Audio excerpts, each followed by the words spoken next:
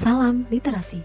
Sebelumnya, perkenalkan nama saya Adelia Ayu Pramudia dari Prodi D3 Teknologi Bank Darah tingkat 1. Dalam kesempatan kali ini, saya akan menjelaskan mengenai Pedoman Umum Ejaan Bahasa Indonesia yang biasa disingkat menjadi PUEBI. Dalam pembahasan kali ini, saya hanya akan menjelaskan mengenai 3 poin. Yang pertama yaitu pemakaian huruf, yang kedua penulisan kata, dan yang terakhir adalah pemakaian tanda baca. Oke, tanpa berlama-lama lagi, mari kita kupas tuntas mengenai poin yang pertama. Pemakaian huruf. Di pembahasan poin pertama ini, terlebih dahulu kita akan membahas mengenai huruf abjad. Dari awal kita sekolah, kita belajar membaca, huruf abjad selalu berjumlah 26 huruf. Sama halnya dalam PUEBI ini. Huruf abjad masih terdiri atas 26 huruf, mulai dari A sampai dengan Z. Kemudian adalah huruf vokal. Huruf yang melambangkan vokal dalam bahasa Indonesia terdiri atas 5 huruf, yaitu A, E, I, O, dan U. Ketiga ada huruf konsonan. Huruf konsonan adalah huruf yang melambangkan konsonan dalam bahasa Indonesia terdiri atas 21 huruf, yaitu semua huruf abjad kecuali huruf vokal. Kemudian huruf diftong. Nah, di dalam bahasa Indonesia sendiri terdapat 4 diftong yang dilambangkan dengan gabungan huruf vokal, yaitu AI, AU, EI, dan OI. Yang kelima adalah gabungan huruf konsonan. Gabungan huruf konsonan seperti KH, NG, NY, dan SY masing-masing melambangkan satu bunyi konsonan. Contohnya yaitu KH dalam kata khusus, NG atau eng dalam kata ngarai, kemudian NY dalam kata nyata, dan yang terakhir adalah SY dalam kata syarat. Kemudian adalah pemakaian huruf kapital. Pemakaian pertama yaitu sebagai huruf pertama awal kalimat. Misalnya, apa maksudmu? Pada kata apa, huruf pertamanya itu harus menggunakan huruf kapital. Seperti contohnya, saya ambil dari nama saya sendiri, Adelia Ayu. Nah, dalam Adelia itu, huruf A pertama itu harus menggunakan huruf kapital. Dan Ayu, huruf A yang depan itu juga harus menggunakan huruf kapital. Dipakai juga dalam awal kalimat dalam petikan langsung. Huruf kapital dipakai sebagai huruf pertama sebagai kata nama agama, kata kitab suci, dan Tuhan, termasuk sebutan dan kata ganti untuk Tuhan. Walaupun demikian, huruf kapital tidak dipakai sebagai huruf pertama nama orang yang merupakan nama jenis atau satuan ukuran, seperti ikan nila, 5 ampere, atau 10 watt. Huruf kapital juga tidak dipakai untuk menuliskan huruf pertama kata yang bermakna anak dari, seperti bin atau binti. Selanjutnya yaitu huruf miring. Huruf miring dipakai untuk menuliskan judul buku, nama majalah, atau nama surat kabar yang dikutip dalam tulisan, termasuk dalam daftar pustaka. Dipakai untuk menegaskan atau mengkhususkan huruf, bagian kata, atau kelompok kata dalam kalimat. Huruf miring juga dipakai untuk menuliskan kata atau ungkapan dalam bahasa daerah atau bahasa asing. Dan yang terakhir adalah huruf tebal. Huruf tebal dipakai untuk menegaskan bagian tulisan yang sudah ditulis miring. Huruf tebal juga dapat dipakai untuk menegaskan bagian karangan seperti judul buku, bab, atau subbab. Selanjutnya kita akan membahas mengenai poin kedua yaitu penulisan kata. Yang pertama yaitu kata dasar. Kata dasar ditulis sebagai satu kesatuan, misalnya kantor pajak penuh sesak. Kemudian kata berimbuhan. Imbuhan, awalan, sisipan, akhiran, serta gabungan awal dan akhiran ditulis serangkaian dengan bentuk dasarnya. Misalnya, kata dasarnya jalan, kemudian diberi imbuhan ber menjadi berjalan. Kemudian adalah bentuk ulang. Bentuk ulang ditulis dengan menggunakan tanda hubung strip di antara unsur-unsurnya. Misalnya seperti anak-anak, biri-biri, cumi-cumi, kupu-kupu, dan kura-kura. Yang keempat adalah gabungan kata. Unsur gabungan kata yang lazim disebut kata majemuk, termasuk istilah khusus ditulis terpisah. Misalnya, orang tua, duta besar, kambing hitam. Nah, yang kedua adalah gabungan kata yang dapat menimbulkan salah pengertian ditulis dengan membubuhkan tanda hubung strip di antara unsur-unsurnya. Misalnya, anak strip istri pejabat. Kemudian yang ketiga, gabungan kata yang penulisannya terpisah tetap ditulis terpisah jika mendapat awalan atau akhiran. Misalnya, bertepuk tangan. Dan yang keempat, gabungan kata yang mendapat awalan dan akhiran sekaligus ditulis serangkai. Misalnya, dilipat gandakan. Itu ditulis serangkai. Kemudian yang terakhir yaitu gabungan kata yang sudah padu ditulis serangkai. Misalnya, seperti bagaimana, apalagi, beasiswa, wira swasta. Setelah penggabungan kata, kita ada pemenggalan kata.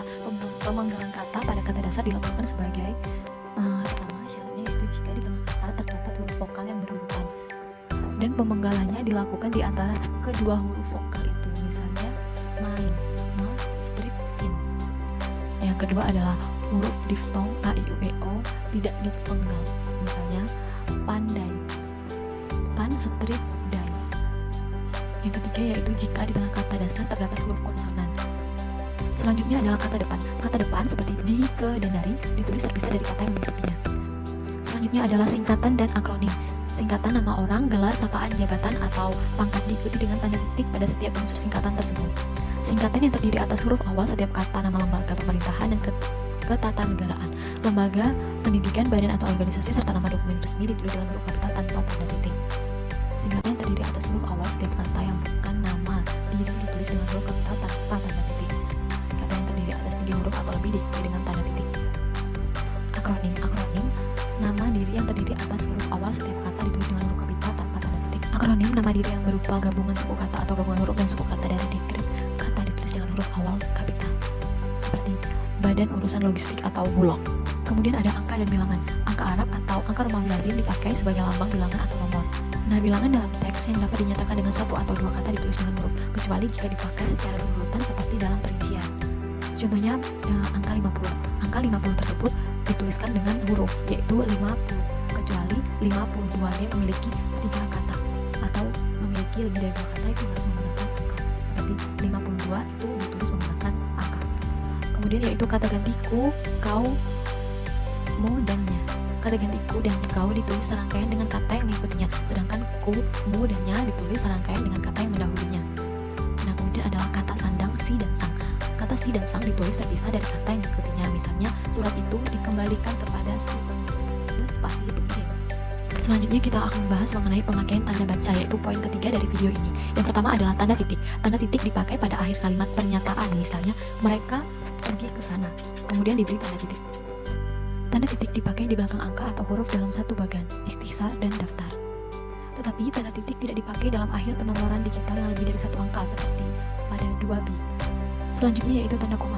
Tanda koma dipakai di antara unsur-unsur dalam suatu perincian atau pembilangan. Kemudian yaitu tanda titik koma yang dipakai sebagai pengganti kata penghubung untuk memisahkan kalimat setara yang satu dari kalimat setara yang lain di dalam kalimat majemuk. Kemudian ada tanda titik 2 yang dipakai di akhir suatu pernyataan lengkap yang diikuti pemerincian atau penjelasan. Kemudian yaitu tanda hubung. Tanda hubung dipakai untuk menandai bagian kata yang terpenggal oleh pergantian baris. Dipakai juga untuk menyambung unsur kata ulang. Jika ada kata hubung, tentunya ada juga tanda pisah. Tanda pisah dapat dipakai untuk membatasi penyisipan kata atau kalimat yang memberi penjelasan dari luar bangun kalimat. Selanjutnya adalah yang sering kita lihat, yaitu tanda tanya. Tanda tanya dipakai pada akhir kalimat tanya, misalnya kapan hari pendidikan akan diperingati. Kemudian di akhir kalimat tersebut harus diberikan tanda tanya, seperti ditanyakan apakah Anda sudah makan, itu juga harus menggunakan tanda tanya. Selanjutnya yaitu pemakaian tanda seru. Pemakaian tanda seru digunakan untuk mengakhiri ungkapan atau pernyataan yang berupa seruan atau perintah yang menggambarkan kesungguhan, ketidakpercayaan, atau emosi yang kuat. Selanjutnya ada tanda elipsis, yaitu tanda titik 3, titik 3. Tanda elipsis sendiri dipakai untuk menunjukkan bahwa dalam suatu kalimat atau kutipan ada bagian yang dihilangkan. Selanjutnya yaitu tanda petik. Tanda petik dipakai untuk mengapit petikan langsung yang berasal dari pembicaraan, naskah, atau bahan tertulis lain. Ada juga tanda petik tunggal. Tanda petik tunggal dipakai untuk mengapit petikan yang terdapat dalam petikan lain. Tanda petik tunggal juga dipakai untuk mengapit makna, terjemahan, atau penjelasan kata atau ungkapan. Kemudian ada tanda kurung. Tanda kurung dipakai untuk mengapit tambahan keterangan atau penjelasan. Tanda kurung juga bisa dipakai untuk mengapit keterangan atau penjelasan yang bukan bagian utama kalimat. Kemudian setelah tanda kurung adalah tanda kurung siku. Tanda kurung siku dipakai untuk mengapit huruf, kata, atau kelompok kata sebagai koreksi atau tambahan atas kesalahan atau kekurangan di dalam naskah asli yang ditulis orang lain. Selanjutnya adalah tanda garis miring. Tanda garis miring dipakai dalam nomor surat, nomor pada alamat, dan penandaan masa 1 tahun yang terbagi dalam 2 tahun takwim. Yang terakhir adalah tanda penyingkat atau apostrof. Tanda ini dipakai untuk menunjukkan penghilangan bagian kata atau bagian angka tahun dalam konteks tertentu.